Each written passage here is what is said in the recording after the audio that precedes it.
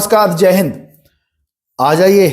मुझे आशा ही नहीं पूर्ण विश्वास है कि आपकी तारीफ बहुत ही शानदार चल रही होगी, क्योंकि अब समय बहुत ही कम है। आपके पास अब मात्र 4 दिन की चांदनी और फिर अंधेरी रात। तो अंधेरी रात ना आने पाए, इससे बढ़िया है कि भैया जो भी कंटेंट दे रहे हैं ईमानदारी से उसको पढ़ते जाइए। और हाँ, एक चीज मैं फिर कह दूं, रिवीजन प्रॉपर करिएगा। ऐसा नहीं है कि एक बार हमारा क्लास देख लिए बस निपटा दिए, नहीं। उसको अगर आपने कहीं लिखा होगा, नोट किया होगा, तो कृपया रिवीजन करिएगा। अब जो आखिरी समय बचा है इसमें नया कुछ मत पढ़िए, खाली रिवीजन करिए, रिवीजन करिए, रिवीजन करिए। और जो क्लास उपलब्ध करा रहा हूं उस पर बस फोकस करिए। और नए के चक्कर में पुराना वाला को मत भूल जाइए।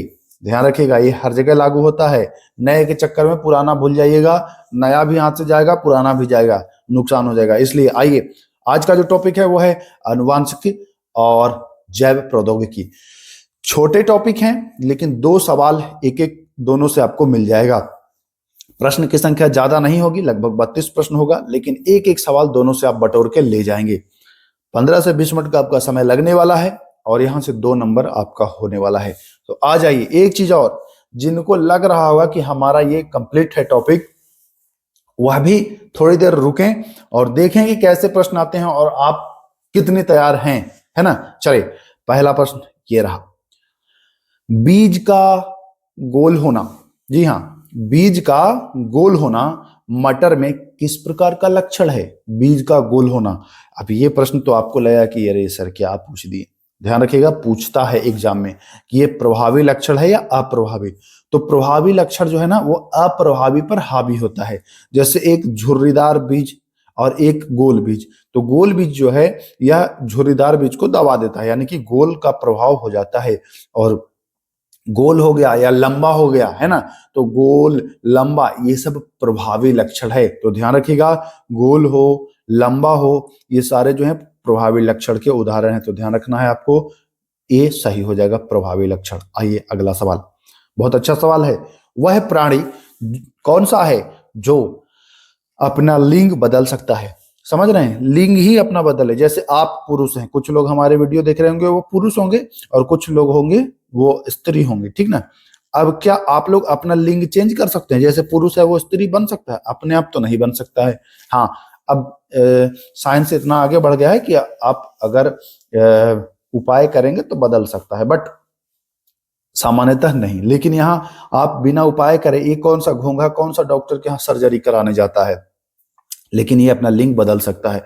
तो घोंघा जो होता है ये अपना लिंग परिवर्तन कर सकता है। आइए, लिंग निर्धारण में मुख्य भूमिका किसके गुणसूत्रों की होती है? तो ये सामान्य प्रश्न है, सभी लोग जानते हैं कि जो महिलाएं जो होती हैं उनमें एक्स एक्स गुणसूत्र होता है और पुरुष में जो होता है वो एक्स और वाई गुणसूत्र होता है। देखिएगा, समझिएगा, लड़की कब उत्पन्न होती है और लड़का कब उत्पन्न होता है। लिंग निर्धारण करने के लिए जो ये जरूरी है, आपका ही लिंग निर्धारित होता है।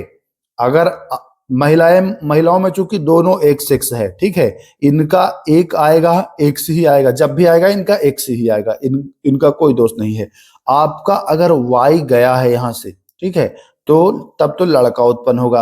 अगर आपका एक्स गया है तो दोनों एक्स हो जाएगा और लड़की उत्पन्न होगी।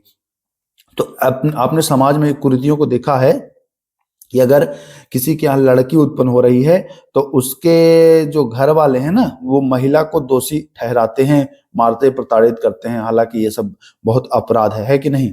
तो उनको ये जानकारी होना चाहिए, उनको ये वाला वीडियो दिखाइएगा कि देखिए इसमें लड़की का दोष नहीं होता है, क्योंकि लड़की में तो दोनों एक सेक्स है। अब आपके लड़के का एक्स आकर के मिला है तो इसमें लड़की का क्या दोष है? वाई आता तो लड़का होता और एक्स आता तो लड़की। हालांकि समाज में लड़का और लड़की दोनों बराबर ही हैं। अब ये जो पुराने ख्याल के लोग हैं वो इनमें अंतर करते हैं, ठीक है, तो उनको ये अंतर नहीं करना चाहिए। और अब ध्यान देना चाहिए कि भैया ये दोनों एक ही है, लड़का हो या लड़की, इसमें क्या है, परिवर्तन थोड़ी है। चलिए आइए, चौथा सवाल। चौथा क्या कह रहा है? आधुनिक अनुवांशिकी की नींव किसने रखी? आधुनिक अनुवांशिकी की नींव जो रखी थी ग्रेगर जॉन मेंडल के द्वारा। किसके द्वारा? ग्रेगर जॉन मेंडल के द्वारा। तो ध्यान रखिएगा, आधुनिक अनुवांशिक ग्रेगर मेंडल, ध्यान रखना, ठीक ना। एक पूछता है प्रायोगिक अनुवांशिकी का जनक, तो मॉर्गन होगा। ध्यान रखिएगा, प्रायोगिक अनुवांशिकी का जनक, प्रायोगिक अनुवांशिकी का, ये भी नोट कर लीजिए। प्रायोगिक अनुवांशिक तो टीएच मॉर्गन, ठीक ना, टीएच मॉर्गन, ये ध्यान रखिएगा। तो यहाँ पर होगा अनुवांशिकी आधुनिक, तो ग्रेगर मेंडल हो जाएगा। आइए, मेंडल ने, देखिए बहुत अच्छा अच्छा प्रश्न लाया हूं, मेंडल ने अपने प्रयोग के लिए मटर के कितने जोड़े लक्षण को चुना? तो अनुवांशिक जब प्रयोग कर रहे थे ये मेंडल, तो मेंडल ने सबसे पहले तो जान लीजिए कि मटर के पौधों को चुना है। ये भी पूछ सकता है किसको चुना है, तो मटर को। इसमें इन्होंने 7 जोड़ा, जी हाँ, कितने जोड़े? 7 जोड़े को चुना है, तो ध्यान रखिएगा 7 हो जाएगा सही आंसर। आइए, बहुत अच्छा प्रश्न है ये भी। मेंडल के प्रयोग में इनमें से कौन सा लक्षण शामिल नहीं था? मेंडल के प्रयोग में जो लक्षण शामिल था उसमें पुष्प का रंग तो था। क्या था? पुष्प का रंग था, ठीक है। तने की लंबाई भी थी, ठीक है, पुष्प का रंग, तने की लंबाई। अगला है पुष्प की स्थिति, तो पुष्प का रंग भी शामिल है, तने की भी लंबाई शामिल है, पुष्प की स्थिति भी शामिल है। जड़ की लंबाई नहीं थी, बल्कि फली का रंग था। किसका था? फली का रंग। ये लिख लीजिएगा, आपको लग रहा होगा ना कि ये क्या है, तो ये पूछता है एग्जाम में। फूल यानी पुष्प का रंग, ठीक है, पुष्प के स्थिति के बारे में भी थी जानकारी। पुष्प का रंग, पुष्प की स्थिति, पुष्प से 2 पॉइंट याद रखना है, पुष्प का रंग और पुष्प की स्थिति। फिर एक याद रखना है कि तने की लंबाई, किसका? तना जो होता है स्टेम, उसकी लंबाई, ठीक है। तो ये 3 हो गया। जड़ के लिए नहीं था जगह, ठीक है, तो जड़ हो जाएगा राइट आंसर। आइए, मेंडल के प्रयोग में इनमें से कौन सा लक्षण शामिल नहीं था? तो फिर पुष्प के बारे में 2 आपने देखा कि पुष्प का रंग और स्थिति, 2 चीज देखा था।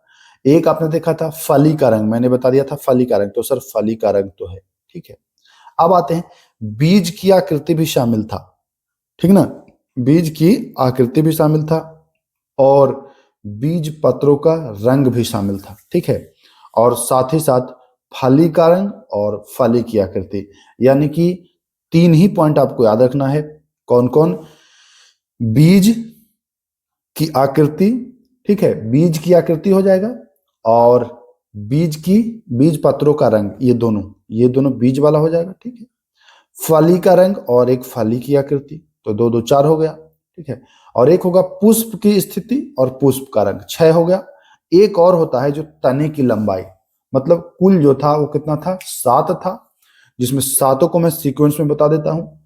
फूल यानी पुष्प की स्थिति, ठीक है, पुष्प का रंग, पुष्प से 2 पॉइंट हो गया। फली का रंग, फली का रंग हो गया तीसरा पॉइंट।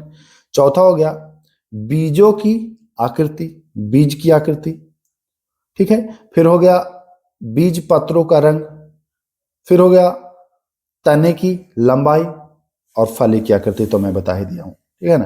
तो ये कुल कितने हो गए? तो कुल हो गए 7। तो ये 7 को, बाकी जड़ का कहीं उल्लेख नहीं है, तो हम यही बताना चाह रहे हैं कि जड़ का उल्लेख नहीं है। चलिए अगला सवाल। मेंडल ने अपने प्रयोग में तो मटर के पौधा तो बता ही दिए सर, ये तो जान गए।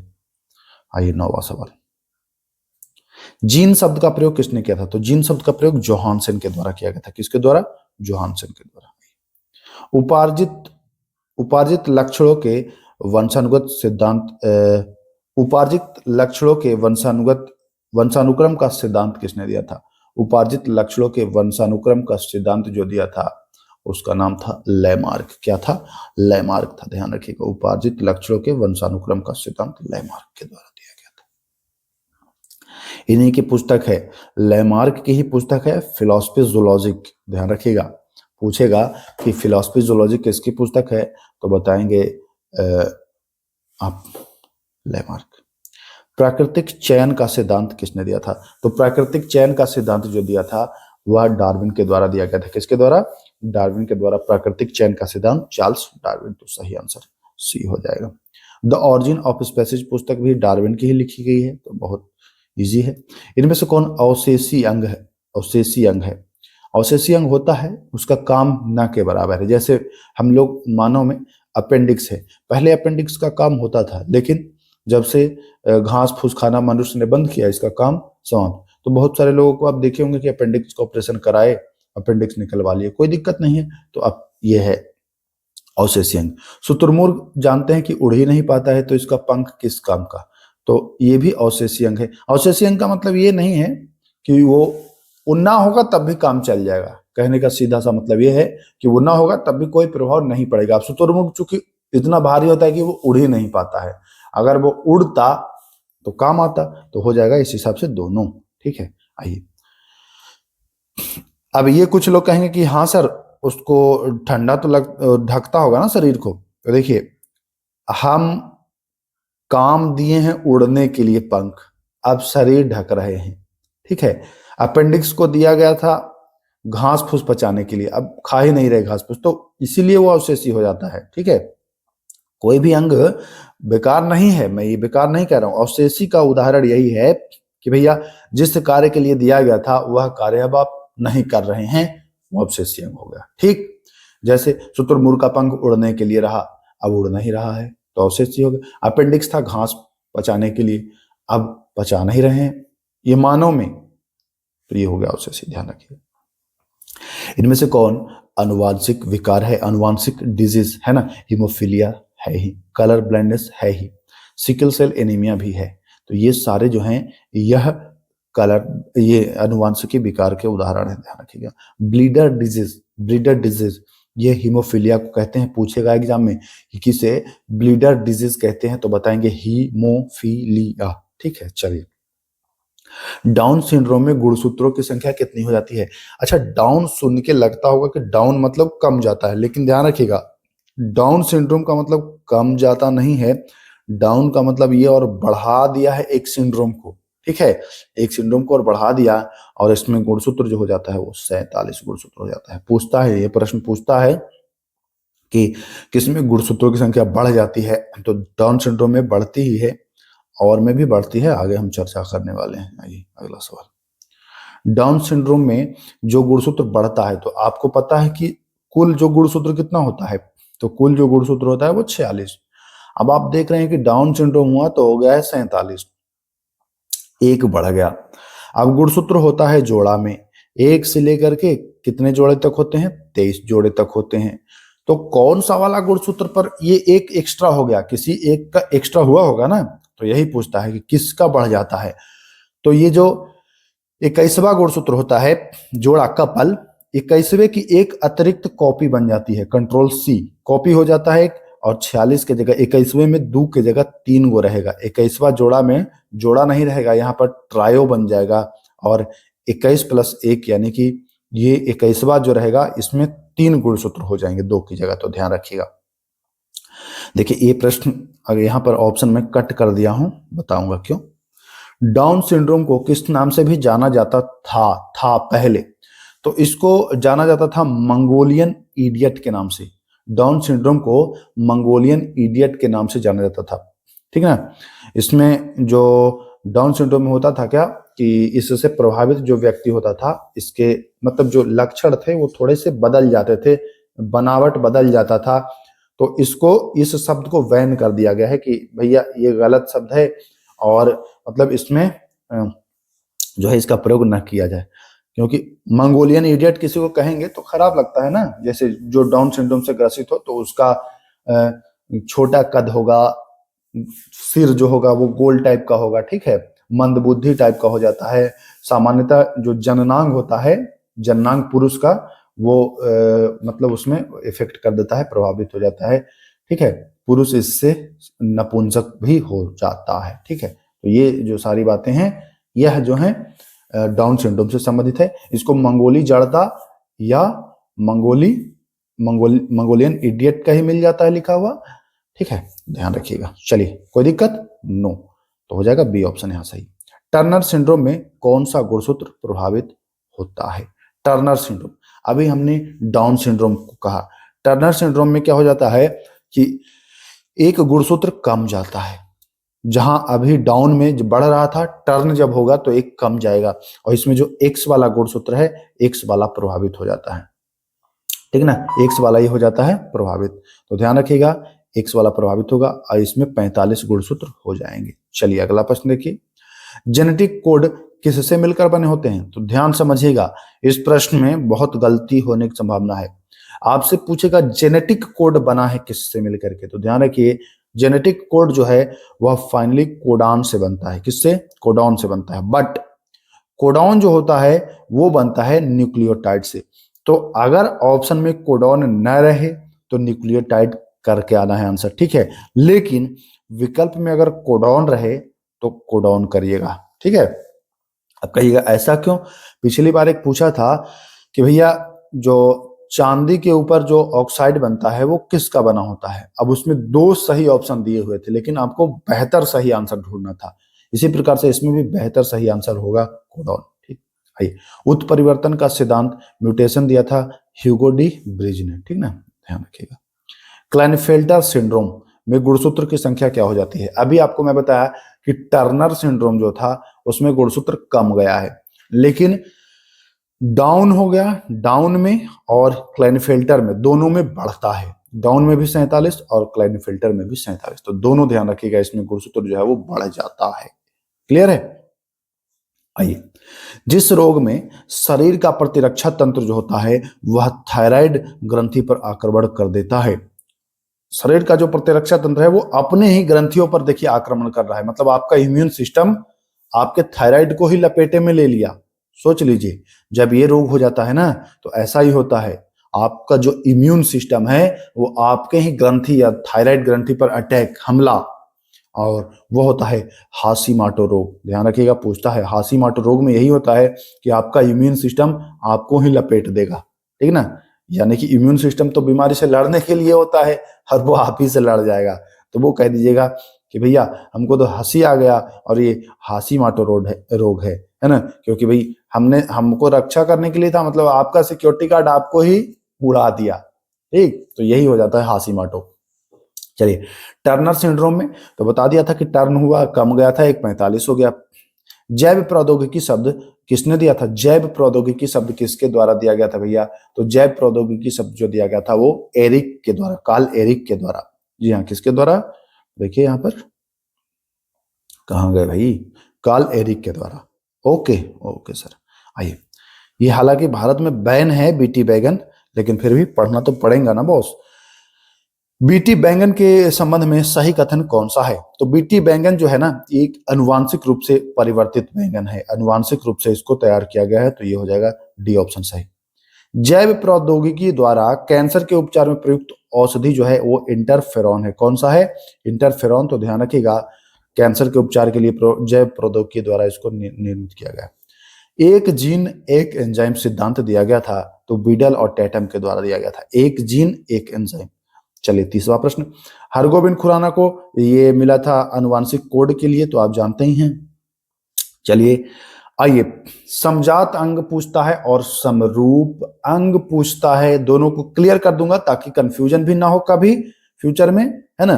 तो आ जाइए, दोनों को मैं क्लियर कर देता हूं। पहला मैं आता हूं समजात, समजात, ठीक है, यहां पर ऐसे जगह बना लूं। आ जाइए, देखिएगा समजात का मतलब क्या? समजात और समरूप। समजात का मतलब कि भैया काम अलग अलग होगा, मतलब एक ही जाति का है, एक ही, समजात का मतलब समान जात, एक ही जाति का है लेकिन काम अलग अलग कर रहा है, ठीक। जाति एक ही हो। ध्यान दीजिएगा, मनुष्य का हाथ जो है और चमगादड़ का पंख है, दोनों की जो संरचना होती है वो एक जैसी होती है, मतलब जाति दोनों का एक ही है, ठीक है। दोनों का संरचना होगा, चमगादड़ के पंख और आदमी के हाथ एक ही, लेकिन काम क्या है? आदमी का हाथ है, एक चमाट लगा देगा खाने के लिए, ठीक है। चमगादड़ का पंख उड़ने के लिए है। दोनों का संरचना तो सेम ही है, एक ही जाति का था, लेकिन भैया काम अलग अलग कर रहा है, तो ये हो जाएगा आपका समजात। अब देखिए, पक्षी का पंख और तितली का पंख, ये काम अलग अलग है, पंख से ये भी उड़ रहा है, ये भी उड़ रहा है, तो काम तो ये भी एक कर रहा है, तो काम अलग करेगा तब होगा समजात। मछली का पंख और कीट का पंख, अब कहिएगा कीट का पंख और मछली का पंख देखने में तो एक ही जैसा लगता है, ठीक है, देखने में एक ही जैसा लगता है। कुछ कीट जो होते हैं वो उड़ते नहीं है, जैसे मछली उड़ता नहीं है ना, मछली का भी पंख होता है, और कीट जो न उड़ने वाले कीट होते हैं वो दोनों उड़ते नहीं है लेकिन दोनों के पंख होता है। तो काम दोनों में सेम है। तितली का पंख और चमगादड़, तितली का पंख और चमगादड़, तो चमगादड़ भी उड़ने का काम और तितली का पंख भी उड़ने का काम। मतलब कहने का क्या मतलब है कि काम सेम है, लेकिन आदमी का हाथ उड़ने के लिए नहीं है, बल्कि चमगादड़ का पंख उड़ने के लिए। काम अलग अलग हो गया ना, तो ये हो जाएगा सही आंसर ए ऑप्शन। किसी को लग रहा होगा कि कीट तो उड़ता, कीट रेंगने वाला कीट है, उड़ने वाला तितली है, ठीक है, तो ये ध्यान रखिएगा। अब कीट का पंख और मछली का पंख दोनों का काम सेम है, उड़ता नहीं है दोनों। चलिए आइए, इनमें से कौन समरूप अंग का उदाहरण है? समरूप अंग में क्या होगा? समरूप अंग में होगा कि भाई काम एक ही करेगा। जैसे समजात में देखा आपने कि दिखेगा एक जैसा, लेकिन काम अलग अलग होगा, ठीक है, काम अलग अलग होगा। उनकी आंतरिक संरचना जो होगी वो एक जैसा होगा, लेकिन काम अलग अलग। यहां पर आंतरिक संरचना अलग होगी लेकिन काम एक जैसा होगा। अब देखिए, काम एक जैसा क्या मनुष्य का हाथ और घोड़े का पैर का एक ही काम है? नहीं सर, मनुष्य हाथ से खाता है, घोड़ा पैर से थोड़ी खाता है, ठीक है। मनुष्य का हाथ और चमगादड़ का पंख एक ही काम है? नहीं, ये तो समजात का उदाहरण है, ठीक है।